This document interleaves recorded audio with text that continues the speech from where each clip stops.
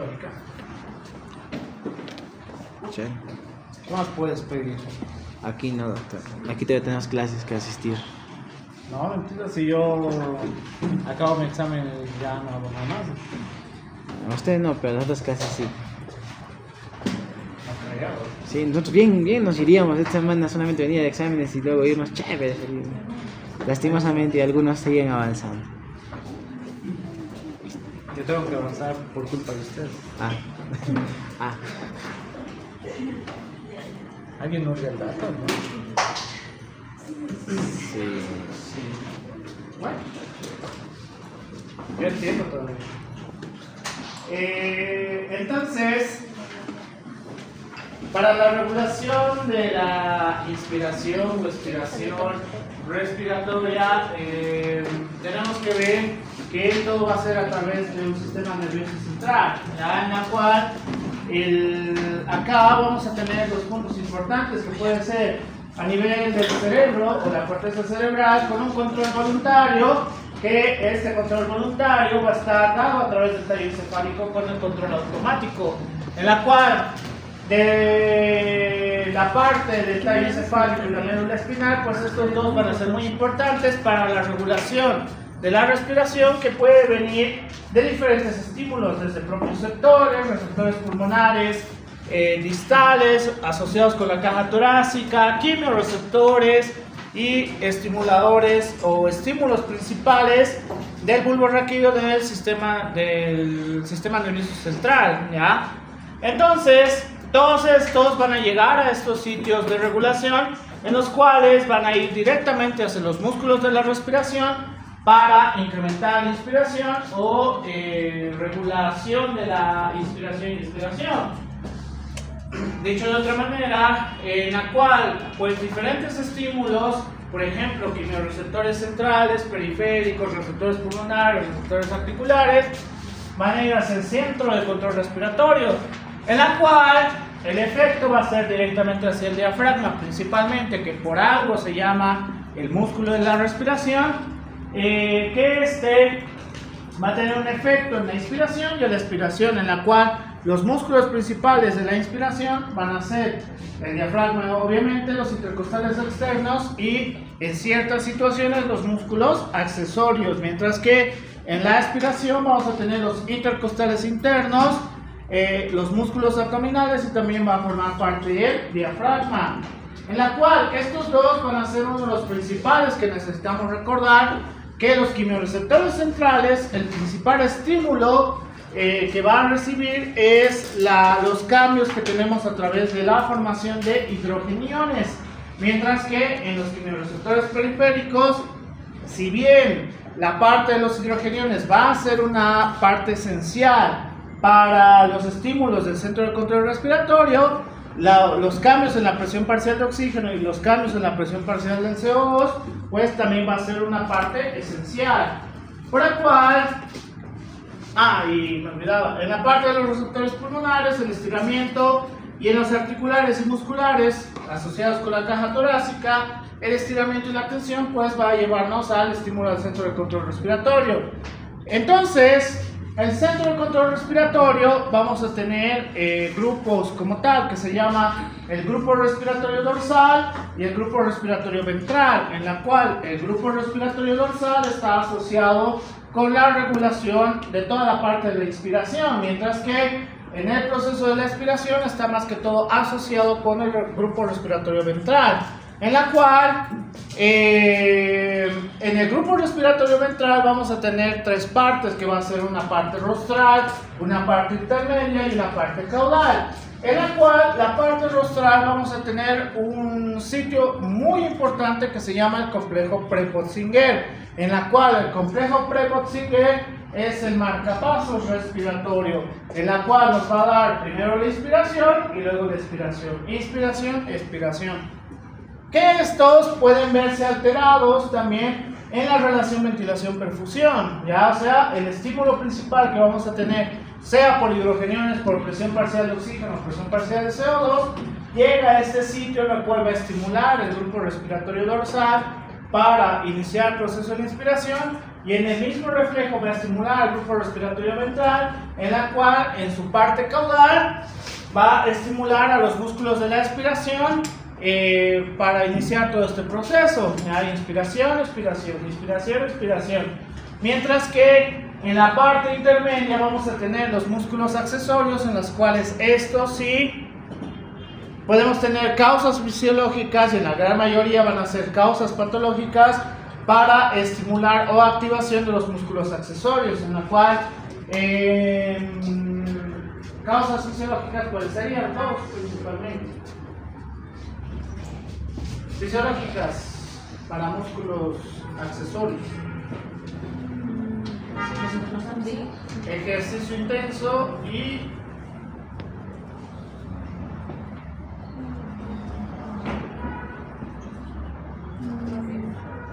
no, eso es patológico. Ejercicio intenso y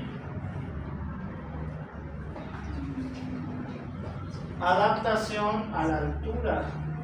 En la adaptación a la altura, fisiológicamente va a tratar de hacer la activación de los músculos accesorios, siempre y cuando estemos hablando de pacientes que no estén en los extremos de la vida, por si acaso. En ellos es netamente patológico. ¿Cuáles serían causas patológicas para activación de los músculos accesorios? Un montón: insuficiencia respiratoria, cuadros de neumonía severos, etcétera, etcétera. Entonces, la característica de los músculos accesorios respiratorios es que van a tener un tiraje intercostal, van a tener aleteo nasal. Estos pacientes van a tener una respiración, un proceso de expiración mucho más profundo y un proceso de inspiración mucho más profundo, en la cual la característica respiratoria de estos pacientes es más abdominal que otra cosa. ¿Por qué? Porque en las mujeres es más torácico, en los varones es tóraco-abdominal, en los neonatos sí es abdominal, pero en un paciente adulto que tenga una respiración abdominal significa que está haciendo uso de la musculatura accesoria respiratoria, lo cual en un proceso patológico tenemos que tener mucho cuidado. ¿Por qué? Porque recuerden, todos los músculos tienen la característica de agotarse, todos los músculos, el corazón, los músculos respiratorios, los músculos de las extremidades. Al uso excesivo pues va a llegar a un proceso de hiperventilación. Está asociado con los voltajes. Despolarización, repolarización, hiperpolarización. Vamos a llegar a un proceso de hiperpolarización, en la cual ese proceso de hiperpolarización pues va a impedir que rápidamente vuelva al proceso de estímulo a la parte muscular y tengamos otra vez inspiración, expiración. Y entre más largo sea este proceso de hiperpolarización, pues el paciente entra en parada respiratoria. Por ese motivo tenemos que tener mucho cuidado al momento de ver pacientes que están con uso de musculatura accesoria, incluso en ejercicio intenso. Si tiene el paciente uso de musculatura accesoria, tenemos que pedir al paciente, en el caso de la causa fisiológica, que tome un descanso. ¿Por qué? Porque puede llegar a la parada respiratoria también. Y en el caso de las patologías, tenemos que ver cómo podemos ayudar al paciente para disminuir la necesidad de estímulos hacia los músculos accesorios. Entonces, en el caso de los estímulos a través de las presiones parciales de oxígeno, presiones parciales de CO2, van a ser muy importantes porque asociado con la ventilación, una presión parcial de oxígeno de 100, que es lo normal, tendríamos una capacidad de ventilación adecuada. Mediante vaya disminuyendo, eso significa que va a ir disminuyendo la ventilación, mientras que en la presión parcial de CO2, más que todo asociado con el intercambio hematogaseoso, si tenemos la alteración a partir de una presión parcial de CO2 de 44 hacia abajo o hacia arriba, pues el intercambio hematogaseoso no sería efectivo tampoco. Por ese motivo tenemos que tener mucho cuidado al momento de ver alteraciones de presión parcial de oxígeno, presión parcial de CO2. Como el día de ayer decía uno de sus compañeros, la presión parcial de CO2 en este momento podría alterarse, ya que toda la habitación está cerrada. Algunos de ustedes están pseudo estudiando y les está ganando el sueño a la gran mayoría de ustedes, ¿ya? ¿Eso por qué? Porque al tener mayor concentración de presión parcial del CO2, hay una disminución de la oxigenación de los tejidos. Cuando hay una disminución de la oxigenación en la corteza cerebral, hay una disminución de la sinapsis, entonces empiezas a estar aletargado, empiezas a tener sueño, etcétera, etcétera. Por ese motivo, lo mejor que podemos hacer es abrir la ventana. Abrir la ventana. Aire. Entonces, qué bien. ¿Alguna pregunta de esto? Asma, mira. De esta parte, ahora que ya hablemos de pura patología.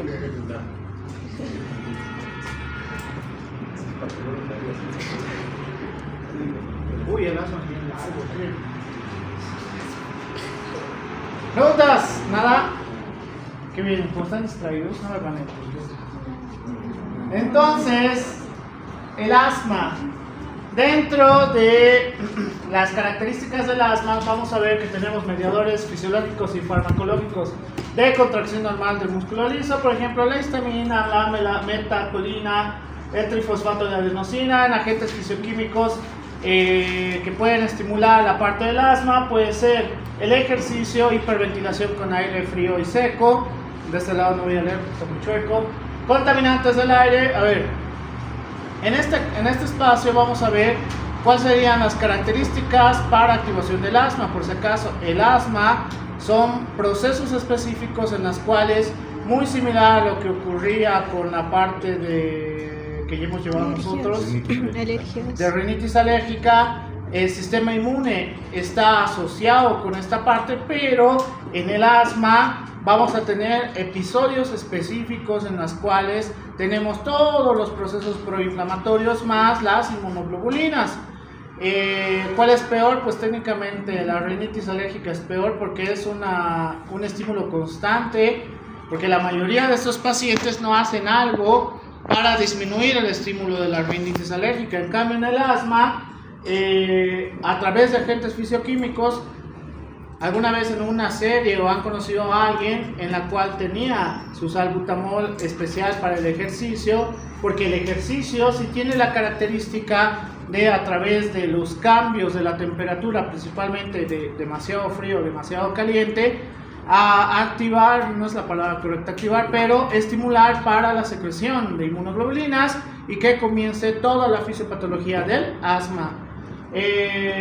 Contaminantes del aire, dióxido de azufre, dióxido de nitrógeno, infecciones de las vías respiratorias, influenza tipo A, sustancias ingeridas, propanolol, aspirina, AINES, alergenos, que igual en esta parte podemos tener alergenos, sustancias químicas de bajo peso molecular, penicilina, anhidridos, cromato, moléculas orgánicas complejas como caspa de animales, ácaros, etcétera, como ocurría en la rinitis alérgica.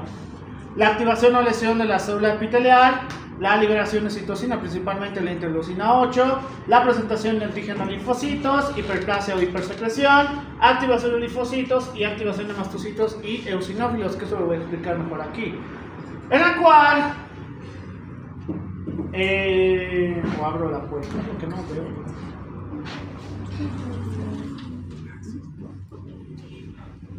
Voy a abrirlo. Porque en teoría están callados.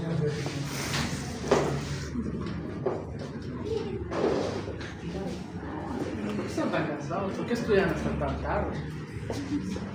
Entonces, en el caso del asma,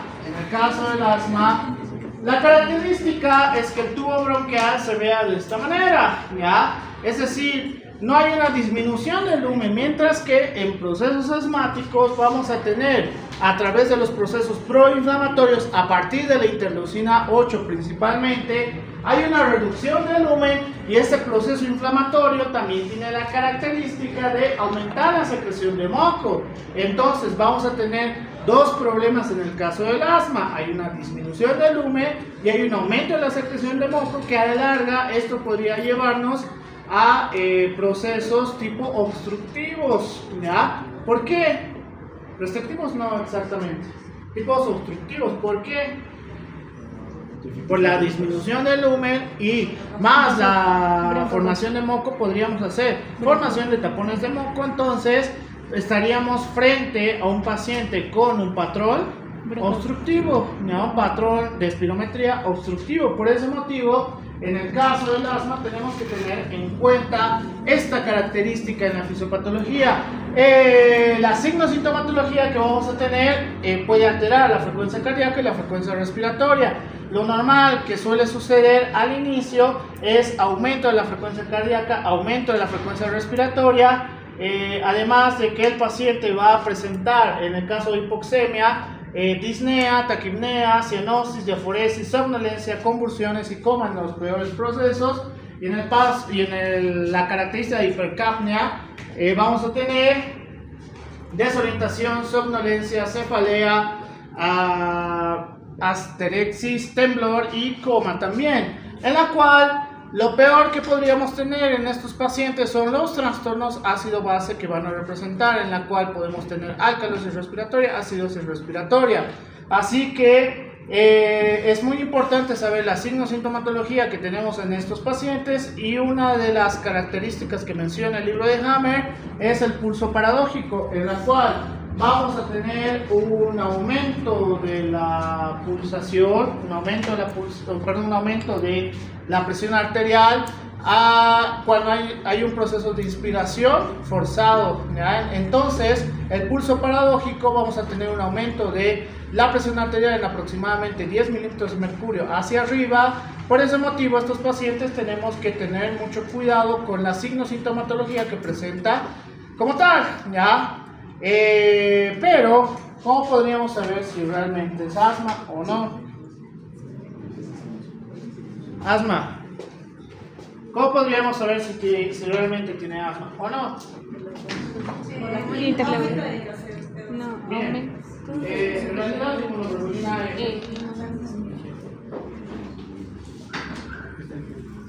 en el asma, muy similar a lo que ocurría en la rinitis alérgica, la inmunoglobulina E va a ser una de las principales para la regulación proinflamatoria como tal. Bueno, no regulación, para el estímulo proinflamatorio como tal, en la cual los estímulos de los alergenos o los diferentes estímulos que habíamos visto en la primera parte van a ir a las células dendríticas, en las cuales estos van a recepcionar este estímulo a través de las células T helper tipo 2, van a tener la liberación de interleucina 4, en la cual la liberación de interleucina 4 van a estimular a las células B, que a través de la regulación previa que hemos tenido gracias a la inmunoglobulina E y sus receptores, vamos a tener receptores asociados con la inmunoglobulina E en los mastocitos, mientras que a través de las células T helper tipo 2 vamos a tener la secreción de interleucina 5 y vamos a tener mayor reclutamiento de eosinófilos, lo que refería en este espacio: activación de linfocitos, activación de mastocitos y eosinófilos, ¿ya? Por el cual, ¿cuál es el problema del asma versus la rinitis alérgica? En la rinitis alérgica teníamos procesos constantes. En el asma vamos a tener una respuesta exagerada de las células T helper tipo 2, por el cual esta respuesta exagerada nos va a llevar a que este proceso sea un poquito más agresivo, ¿ya?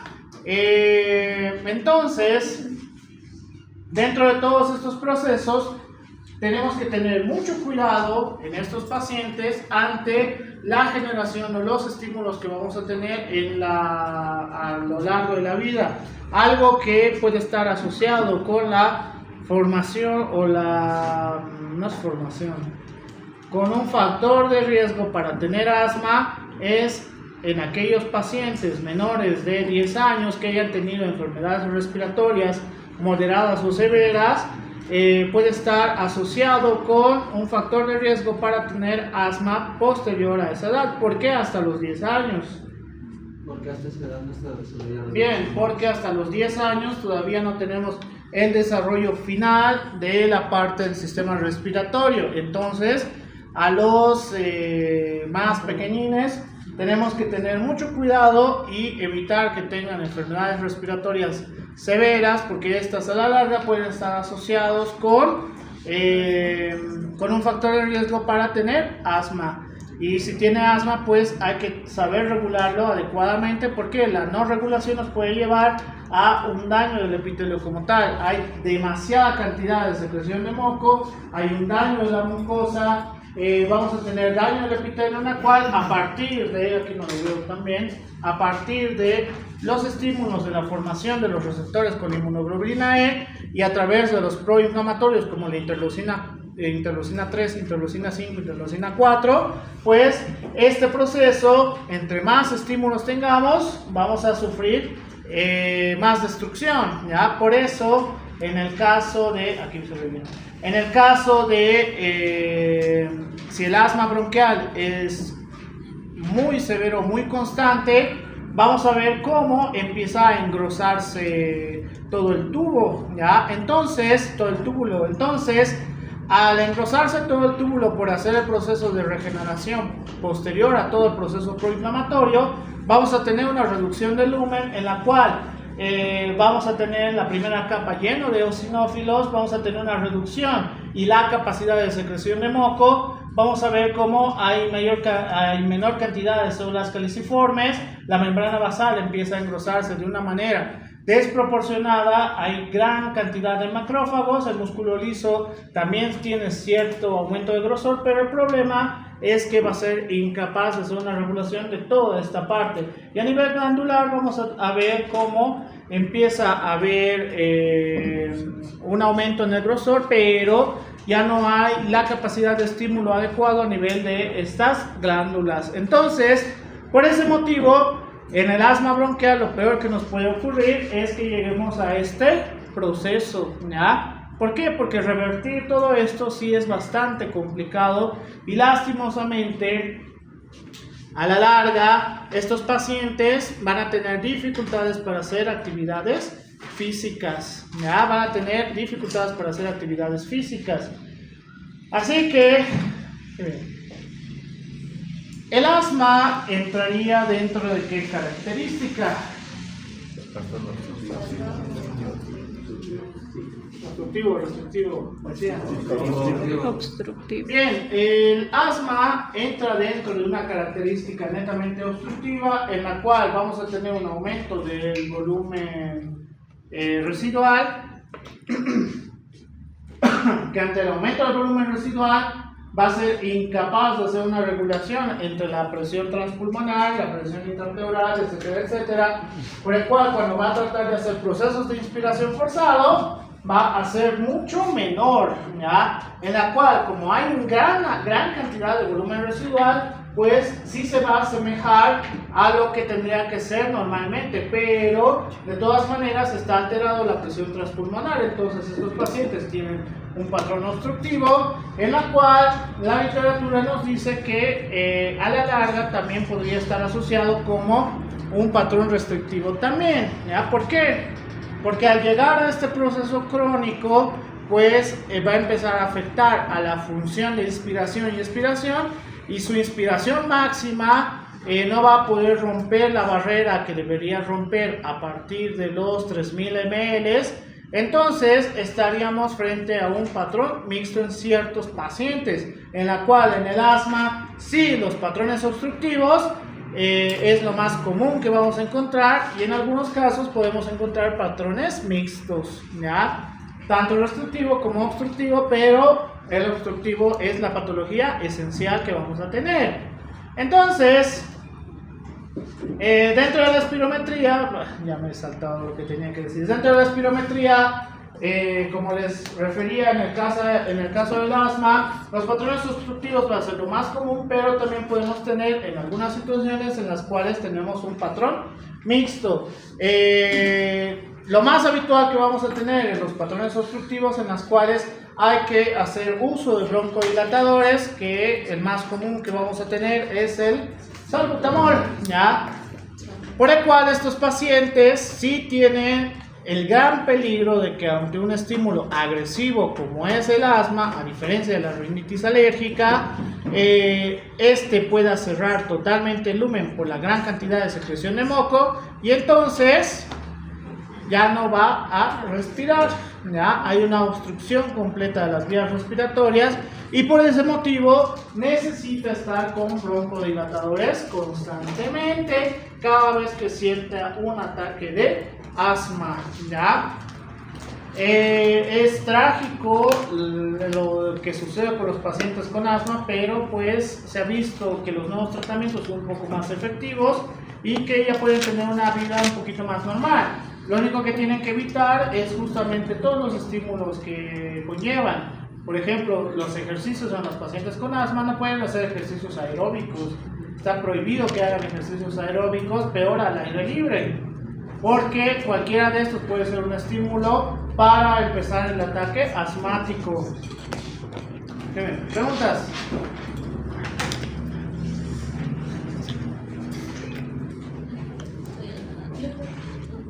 Entonces el asma y las alergias se seguirían por la clínica, y o sea, por síntomas y síntomas, y por el tratamiento, porque esos tienen alergia, también son asintomáticos. La gran diferencia que tenemos que encontrar entre la parte de las alergias y en la parte del asma, en la rinitis alérgica, la rinitis alérgica es un estímulo constante que vamos a tener, ¿ya? Mientras el estímulo dure, causa las alteraciones que previamente ya habíamos visto, mientras que en el asma puede llegar a una disminución o una alteración de toda la parte del epitelio de esta manera a partir de solamente cierta cantidad de ataques asmáticos. Entonces, eso significa que la cantidad desmedida que vamos a tener de las células T helpers tipo 2 va a llevarnos a que todo ese proceso proinflamatorio sea mucho más agresivo en comparación a la rinitis alérgica, ¿ya? Las alergias es otra cosa, porque en el caso de las alergias estaríamos hablando de ciertas situaciones en específico, como por ejemplo la penicilina, etcétera, etcétera, ¿ya? En cambio en el asma hay otros estímulos que puede activar el asma, no como en las alergias, que sí o sí tiene que ser penicilina o el alimento, etcétera, etcétera. En el asma es muy variable, que puede llevarnos a nuevamente generar el estímulo. ¿Preguntas? El pelo de gato actuaría como un estimulador. Sí, entra dentro de ese. El paciente ya tiene la característica o el diagnóstico de tener asma bronquial. Los alergenos a través del polen, pelo de animales, ácaros, puede activar para un ataque asmático.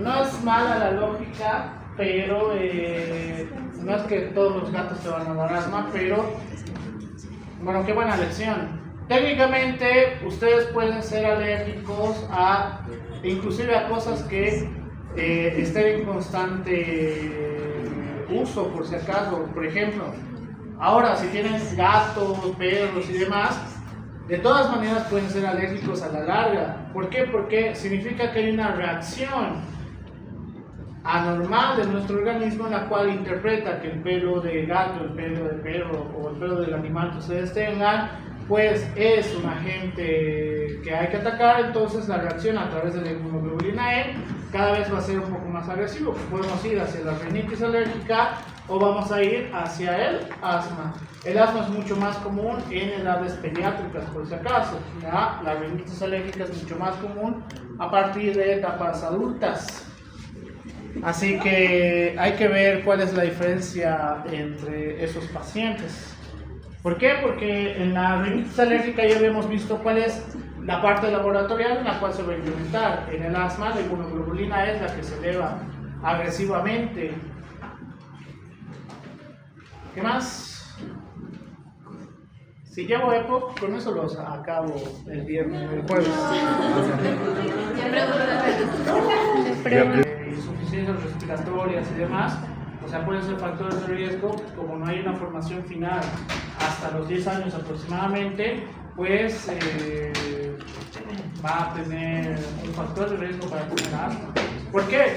¿Por qué se da el factor de riesgo? Porque hasta los 10 años, si tenemos infecciones respiratorias recurrentes, si son infecciones respiratorias severas, significa que estamos haciendo un proceso proinflamatorio. Entonces, este proceso proinflamatorio que empieza a dañar las células cilíndricas puede estar asociado que a la larga, a partir de los 10 años, empiece la formación y liberación de células T helpers en las cuales estén asociados con inmunoglobulina E, ¿ya? Por eso los pacientes hasta los 10 años sí tendríamos que tener cuidado con las enfermedades respiratorias. Es más que todo por eso, porque su sistema inmune no está a tope todavía, menos en la parte respiratoria. Algo más, Epo. Entonces, la enfermedad pulmonar obstructiva crónica. La enfermedad pulmonar obstructiva crónica se va a dividir. ¿Cuántas patologías me faltan? Creo que solo son. Doctor, yo tengo una pregunta. El salbutamol, ¿cómo podría pasar de una respuesta local a una respuesta sistémica? Local sistémico, la dosis.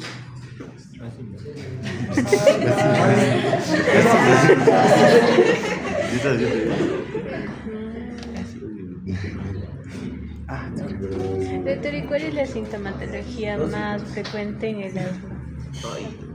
No, Me falta algo, entonces avanzar. no nos dijo.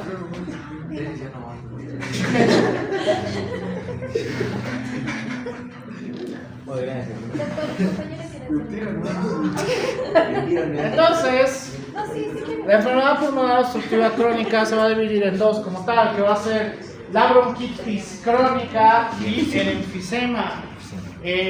Por eso, y bueno, cuando están en primer año o hasta segundo año, es válido que digan enfermedad pulmonar obstructiva crónica por las características, causa una obstrucción en en alguna parte del sistema respiratorio. Entonces, pero lo correcto es saber de cuál patología estamos hablando, de la bronquitis crónica o del enfisema, en la cual la característica que vamos a tener, me estoy olvidando en esa parte, bronquitis crónica, enfisema. En el caso de la bronquitis crónica, pues podemos utilizar el índice de Rate, en la cual el índice de Rate esto es más complicado, pero solamente les estoy explicando porque creo que es importante que lo sepan. Hacemos una medición en la cual desde el epitelio y la membrana basal vamos a hacer una distancia de A a B, en la cual esta distancia de A a B hasta la glándula mucosa versus una distancia de C a D que va a ir desde la glándula mucosa hasta el pericondrio, en la cual cuando hay una disminución de esta, significa que hay un proceso inflamatorio por el cual a partir del proceso inflamatorio podríamos representar o saber qué tan severa es la bronquitis crónica en este paciente o la enfermedad pulmonar obstructiva crónica, en la cual la bronquitis crónica, la característica es que vamos a tener un proceso inflamatorio más un aumento de la secreción de moco como tal, como ocurría en el asma, ¿ya? Como ocurre en el asma, mientras que en el caso del enfisema vamos a tener las membranas alveolares dañadas, vamos a tener un proceso inflamatorio en este sitio, en la cual esto va a asemejar como si fuera un proceso obstructivo. Lo más común que vamos a tener en la mayoría de pacientes sí es la bronquitis crónica, por si acaso.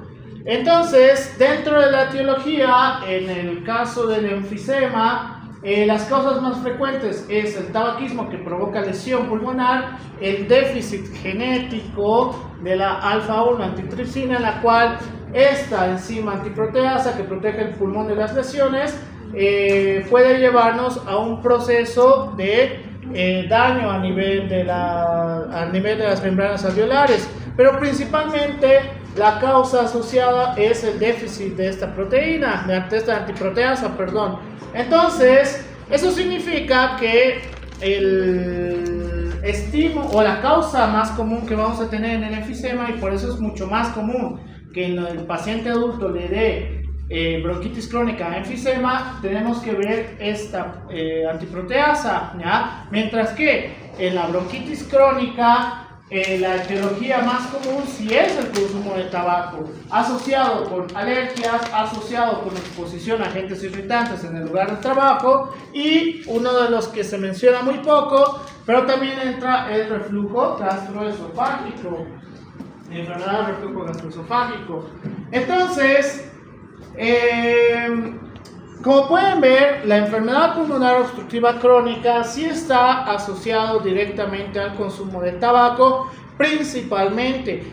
Pero, y aquí hay un pero, la nueva literatura refiere que cualquier tipo de quema de humo y la inhalación posterior puede ser igual un factor de riesgo para formación de enfermedad pulmonar obstructiva crónica, ¿ya? No, es lo que les he dicho en la anterior clase, o sea, si yo estoy fumando marihuana, o estoy fumando mi vape, o estoy con mis inciensos todo el santo día, entonces eso significa que no tengo un factor de riesgo para tener enfermedad pulmonar obstructiva, no.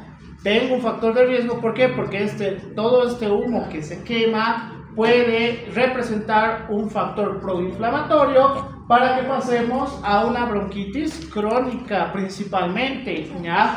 Entonces, ahora que sabemos la etiología, en el caso del tabaco asociado con la parte